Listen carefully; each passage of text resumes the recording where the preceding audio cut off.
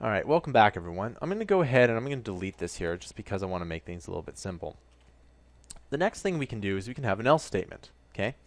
So I'm going to type in else, and of course we need these curly brackets here, just like this, and we're going to go a main is we're going to make this equal to 1. So if a main, and I might as well make this 2 just because we'll make this here.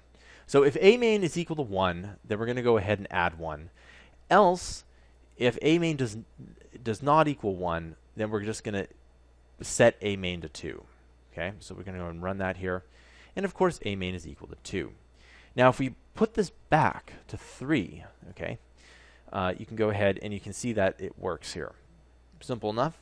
That's what an else statement does. And you use this quite a bit here. And I'm going to talk a bit about this in the next few tutorials, but you can only have one if statement and one else statement per if statement. So what that means is that you can have a ton of these if statements. You can have 100 of them, but for every if statement you can only have one if statement and one else statement, and that's going to become clear in the next tutorial. I'll see you guys next time.